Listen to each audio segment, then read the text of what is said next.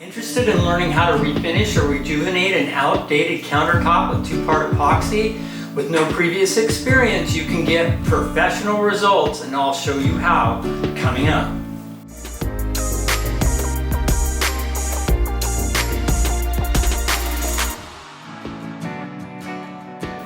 Hi folks, I'm Scott Spiker and I started Cascade Living, this channel, to talk a bit about real estate related subjects as well as delve into what it's like to live and play here in Vancouver in the Pacific Northwest. I regularly review interesting places to see and things to do, as well as other insights into home projects and much more. In this video, I will go over the step-by-step process involved in using epoxy as a finish for a concrete countertop renew. But the steps would be similar for any countertop surface project you may be considering or contemplating. Because of a crack in our concrete kitchen countertop and its low-grade cement finish, we decided we wanted to replace it with something more durable and thick enough to stand the test of time. But it also had to be friendly enough for both my wife and I to do on our own. Two-part epoxy was the solution, and here are the steps we took to complete it. Step 1. First, figure out how much material you'll need.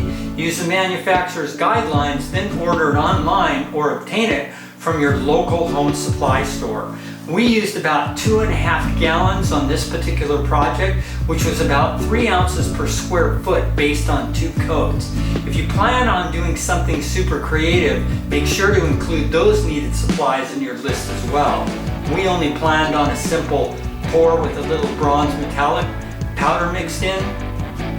Besides epoxy, you'll also need 2-inch paint brushes, measured mixing buckets, mixing paddles and a drill, hand and power sanders with fine grit paper, masking supplies, an 1/8-inch square notch trowel, and a propane torch. Step 2. Project preparation. After removing our stove and fridge from the counter space, we started sanding. This was done not only to remove most of the previous finish, but also give the epoxy a slightly roughened surface to bond to.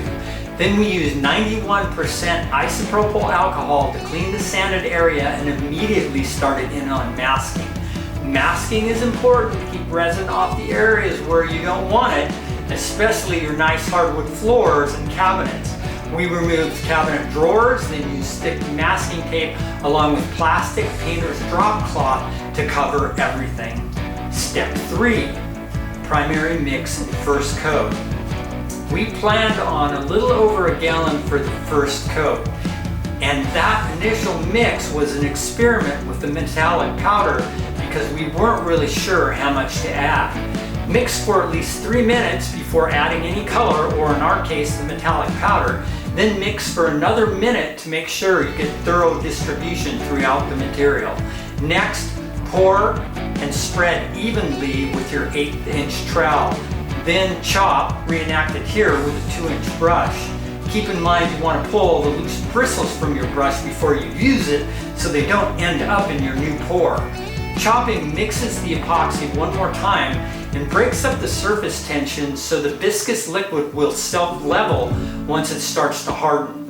Finally, torch with a propane burner to remove any bubbles. And if you end up buying a propane burner or torch, be sure to get one with holes at the base so you can invert it without it flaring up or going out, which ended up being a problem for us. Step 4. Final flood coat. After the first coat had cured for 24 hours, we sanded it with 220 grit sandpaper and once again cleaned it with the 91% isopropyl alcohol. Then it's simply a repeat of mix, pour, trowel, chop, and torch. We found the second coat really smoothed out the surface imperfections of the concrete and gave a nice, smooth, flat surface to the countertop. We also figured out we could use a lot more metallic in the second coat, so we ended up doubling the amount we first put in. To keep edges from developing drips and runs, you can smooth them out with your paintbrush or use a gloved hand. If you use a gloved hand like we did, you'll end up needing to do it about every hour or so for the next 5 hours until things get pretty thick. You can also just scrape off drips with a paint stick or a scrap piece of wood.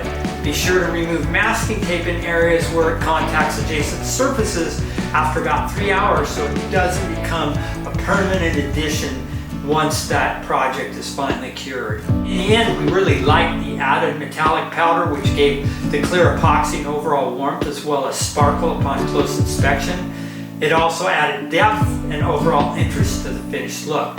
As a side note, because of the slow curing process and long open working time, our instructions for our epoxy mentioned it could take up to a couple of weeks for the project to fully harden and might be slightly soft initially, which we did find to be the case. So anyway, I hope this gives you the confidence to try your own epoxy countertop project. Really, the key is in the masking, so be really meticulous there. If you are interested in finding out more about this region as well as all things about home and real estate, be sure to hit that subscribe button. Until then, I will see you in the next segment.